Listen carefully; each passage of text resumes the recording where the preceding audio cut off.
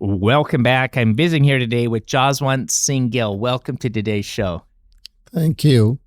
So, Jaswant, I'm going to just shorten it to Jay, if I could. Please do. Okay. So, Jay, in your life, you created a remarkable business, and brought your kids in early. But can you kind of tell the story about what drove you? Let's just start from school. And bring it up to the how you viewed life and the things that you wanted to do. Well, I grew up back in northern India, one of the 9 siblings with a moderate means in the family, had high school education, went out to a diploma, and then found a job.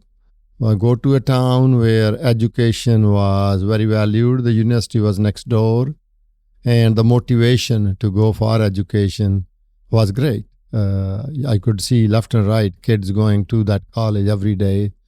So after a year and a half, when I saw opportunity and the chance for some financial aid scholarship, I went to join the education back in 1964. And then finished my bachelor's, master's from Punjab University by 1969. Worked for a couple of years, and I found out making good money, but money wasn't everything. So I said, what can I do to make my life better, more challenging? I coincidentally went to U.S. Embassy, applied for, and long behold, within my own credentials, and good interview, they gave me a visa to come here permanently, and I was here in March of 1972. So I come here during the time there was a little recession going on. So did a little, we call odd jobs for a year until I settled into my field of pharmacy. And then I went on to work in the laboratories, more into cosmetics research and development, back in New Jersey. For 6 years, worked in Johnson & Johnson, had a division of personal products, then on to Beecham International in Clifton, doing research on personal care products, skin care, antiperspirants. Then moved on to another company, American Cyanamide division called Schulten, makers of Old Spice and Breck shampoo. And then moved on for an opportunity into California in 1978 August, here at Shaklee. Worked there for 7 years in their group leader capacity in the lab, developing their personal care, skin care products, which some of them are still selling very well. And then opportunity came to go into a small company, learning, doing what I was doing, plus the ropes of running a business was in Marin County.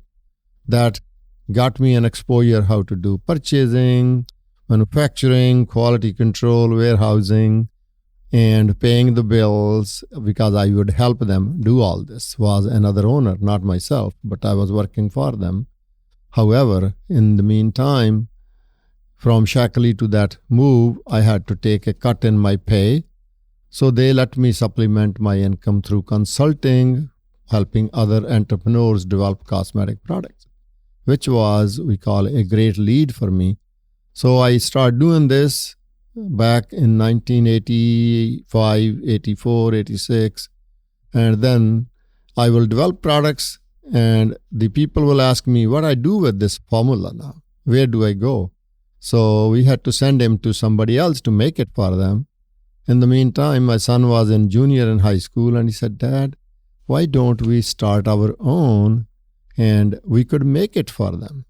So happens he incorporate in California under his younger brother's name. And within about 2.5 years, we started setting up, I think by 1988, our own little place. And we will make some of the products ourselves. So we do develop and then start making. It became like we call a private label manufacturing service. It slowly grew up as kids went to college, and I left my job from that small company, devoted my time full time, and kid luckily worked with during the college time, continued to work with me on weekends whenever they had free time. So we continued on and slowly grew it. And my wife had a full-time job to give us a job security to pay the mortgage and put the food on the table. So there was a little less risk that way. And the kids had put enough money aside to pay their tuition and room and board for the college. So I'm visiting here today with Jaswant Singh. Jaswant, or Jay, I need to take a quick break. And after we come back, I want to move into what happened in the early 2000s because there was something that was significant that you implemented at a fairly quick pace. We'll be right back after these messages. Grandpa, can we do chemistry? Papa, Daddy. Grandpa, let's do something fun.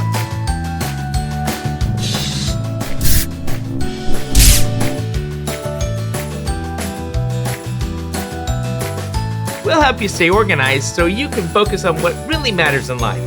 Give us a call today and see how we can help you start saving taxes.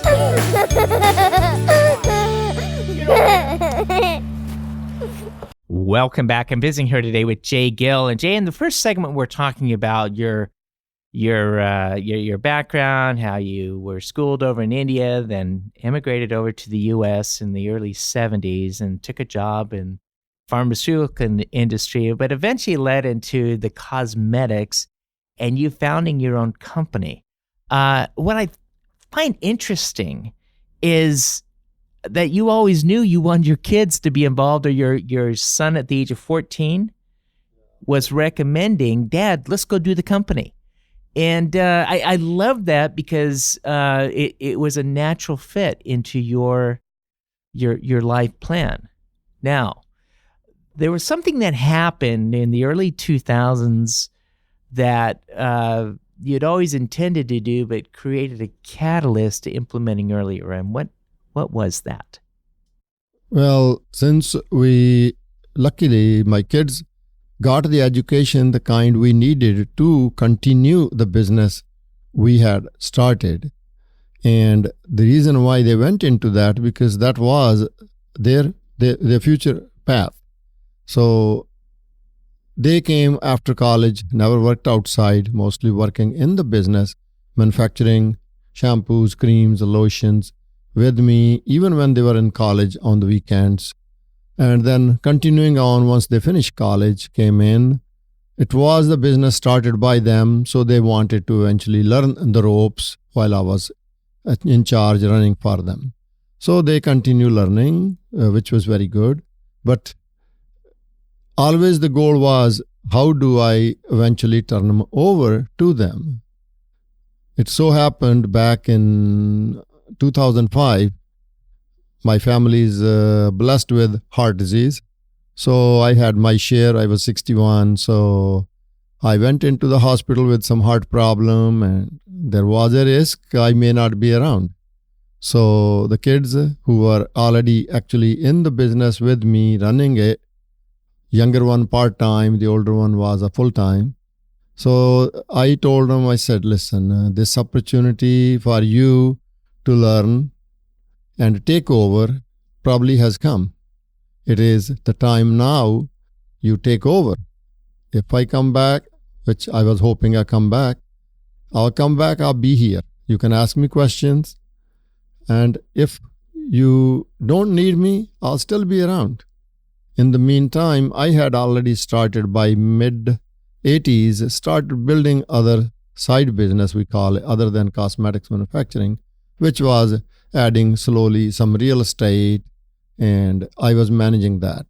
But my eventual was that, somehow I had my kids now have the business, they are making good money. I have my real estate, I'm doing good. What else I can do with my life? That was my goal. So by 2005, we were thinking about making a trust, focusing on when can we do, of course, along with us building real estate, and we call it surety for our life and retirement, what we can do. So we were trying to plan on what we can do in terms of giving back That's about when we had planned, and my wife and I decided, okay, we will make a trust, put the stuff in it, add more to it, and then what we can do out of that, give back. By about 4 or 5 years later, we had decided we will start a scholarship plan, because I told you when I went to pharmacy school back in India, bachelor's, master's, I was given a scholarship which basically helped me get free education. If that wasn't there, probability is I wouldn't have gone to school and gotten to the place where I am today. You always knew you were going to do philanthropy.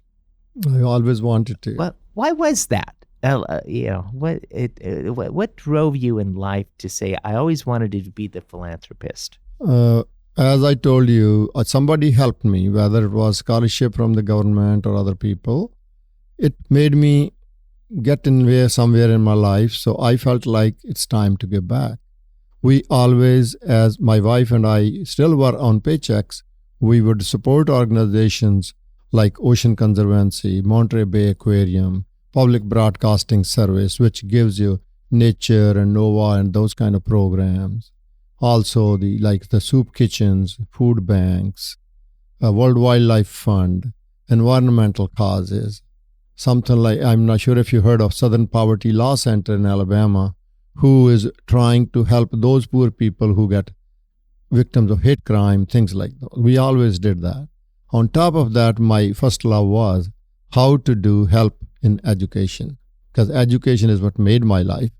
So in 2013, we started a program back at the college where I graduated from.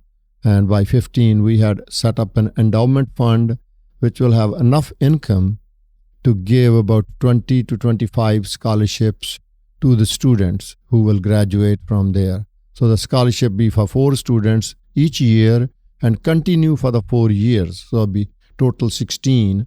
Plus there'll be a fellowship for PhD students doing research in pharmaceutical sciences. If and when they need money, because in between the grants, sometimes their funds dry up. So we set that up. It's been 3rd year. It's been working very well. Last year I had an opportunity to go to India in early April in 2018 and help hand over the scholarships to 23 different students and 3 fellowships, which was very nice to see.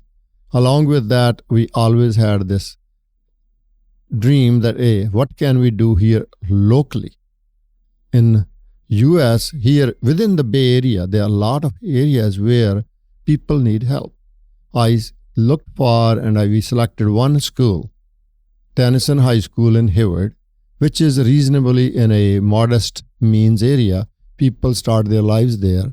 So we started a scholarship fund for kids who graduate from Tennyson High.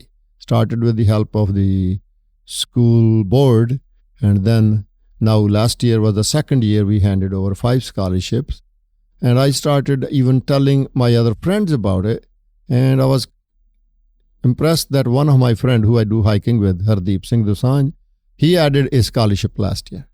So I realized that, we need to advertise a little bit, let people know, small business who don't have maybe that much time and can also want to do good for help somebody, they could probably contribute. So my next goal would be to set up a education foundation or a education program where people can contribute, and we won't spend any of the management money in it. All the money go towards education, promoting education for poor people. We also did start with a scholarship program over at Contra Costa College in Richmond area, which have about 5,500 student population in the 2-year community college. And we've been giving 5 scholarships. This is our 2nd year. We go there and help people who will need education help, whether it's in arts, science, math, technology. And we added arts because a lot of the kids who didn't have high GPA, but they wanted to go into arts and could make life better, we added the arts. Normally, a lot of the time, people focus, and we were focusing on STEM programs, but we made it from STEM to STEAM. adding arts into math, science, and technology, which the school board really appreciated, that we can help the education for those kids who want to go into arts just through 2 years of community college to make their life better. I love the way that it's just not giving, but it's becoming involved with programs and directing. And also, you made a comment about, making sure the dollars get down to where the most needed in the students' lives, setting up a foundation. Any advice for a person wanting to venture into philanthropy, the best way to go about that? I do want to say this, that one thing which I watched, which was a lot of we call the letters come, mail solicitations come, and some of them come from, we call professional fundraisers, who give maybe $3 to $5 out of $100 to the real cause, and the rest is spent in their fundraising. I do, and my wife always did, we look for the charities. At the end of the year or whenever we can, we will write the check directly to the charity. So I will ask people, please look online, American Heart Association, Special Olympics, Cancer Society, Monterey Bay Aquarium, Ocean Conservancy, World Wildlife Fund, all those. If you want to do conservation work, give to them directly. Don't as much respond to the letter coming in your mailbox, which 80-90% of the dollars don't go to the use of charity. That's what we focused on, especially when we get involved directly giving to the needy people. That makes the biggest impact on the person. That buys the best value for your given dollar. I am all open if once we are the place set up. If people want to participate, my goal is we do volunteer work. Anybody want to help with us, we will do volunteer work and give all the dollars back to the real cause, whether it's a scholarship in education, which is my first goal. Rest of the other charities we do all the time, that's going to continue. I also like to promote peace, harmony, human values. And of course, I told you in Sikhism last time, we talked about briefly a little bit, we promote humanity. We were touching upon the foundation of your life, and that is your Sikh. And there is a philosophy about the importance of humanity. Can you expand that for the listeners of how the view of how people around you should be treated and taken care of? Well, I was just touching base on that. I grew up in a Sikh faith, back in India. That's about the actually where I grew up. That's the region of India where Sikh faith actually developed or was born back in the 1469 era in the northwestern India. This faith has been basically teaching people humanity, not be too greedy, do good deeds, share with others, and live a clean life. And that is what I've been trying to live within those we call rules. And I feel I've been very fortunate, very successful at it. And I promote that if we all follow those rules, work hard, share with others, and keep your nose clean, you will succeed. Hard work, especially in USA, if you work hard, you are bound to succeed. So that is one thing which I've learned. When I came here, our society was relatively very sparse. Sikh people were very few. Back in Dublin, Sanramon area in 78, we were maybe a dozen families I knew. Now there may be hundreds, possibly maybe thousands. So what we have done is I try to help them develop locally here Sikh religious places where community can get together. And there was one originally in place when I came in El Sobrante. Then there was one started by people of our faith in Fremont. There's one in San Jose. Now there's one in Hayward, Milpitas. I'm not trying to promote places, but what I mean is as the community grew, our places of getting together worship grew, and I've been involved with in Fremont, Hayward, and now we just starting a new one since 5 years in Dublin, Livermore Tri-Valley area. And I was the president of it for 5 years until December of this year. And my family and I, we donated heavily as much we could into Hayward, Fremont, and the Dublin sick places.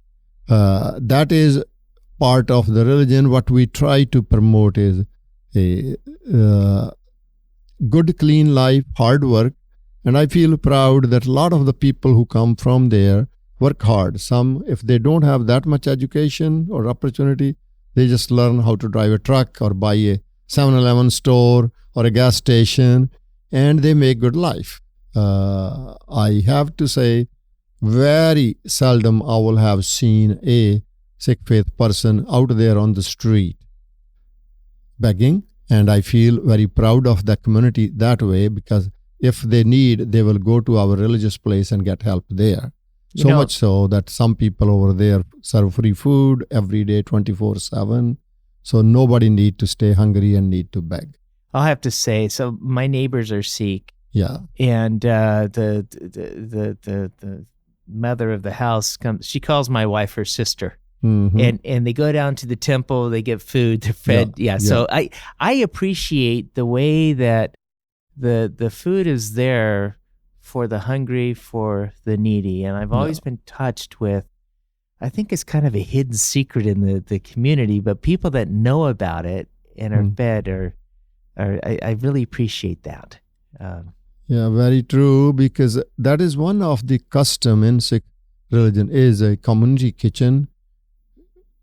kitchen plus eating, sharing meal together. What that does bring is closeness, evenness, no hierarchy. You're not higher than me. We all sit together at one place in one line, pangat, and then we eat together. So much so back home, when the kings came to our original religious place, Golden Temple, they asked, we will fund this free kitchen.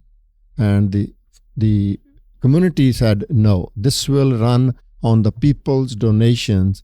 And I can tell you, Alan, today at Golden Temple, Amritsar, there's about 100 to 150,000 meals served. Everybody who will come visiting there can go in line and have free food. Even when Mr. Trudeau, the Prime Minister of Canada, went there, he went in the kitchen to help cook a little bit and sat down and eat there. But that goes on. Not only that, they also go and help whenever there is outside nearby need for free food. In earthquake in Kashmir, in floods in Pakistan, in Nepal earthquake, they would lift food, free food, and give it to people. So much so that some of the groups like Khalsa Aid, they go to Nepal. They've been helping in the earthquake. They've been working with the Syrian refugees to free food, cooking and feeding them so that the people don't go hungry. So the help to the poor has been kind of a root for Sikhism in a way. Help the underdog is kind of the root for Sikhism. Yes, we promote hard work and we promote that if somebody is in need, you help. And it's been very helpful within our own community and outside. That's what also helps me, motivate me. How can I help people who are not as fortunate as I am? And that's why I started this education scholarships programs. I feel, hey, this is one way I can give back. I want to be a human just like they are. So Jay, I really appreciate this message of philanthropy, giving back, and helping fellow men who may fall on hard times, but being there to help pick them up. So I've been visiting here today with Jay Singh, and it's been fun visiting today. Thank you very much, Alan. I enjoyed conversation with you. Thank you. I appreciate it. Thank you. Thanks for being with us today on American Dreams, and join us next week right here on this station. Have a great week.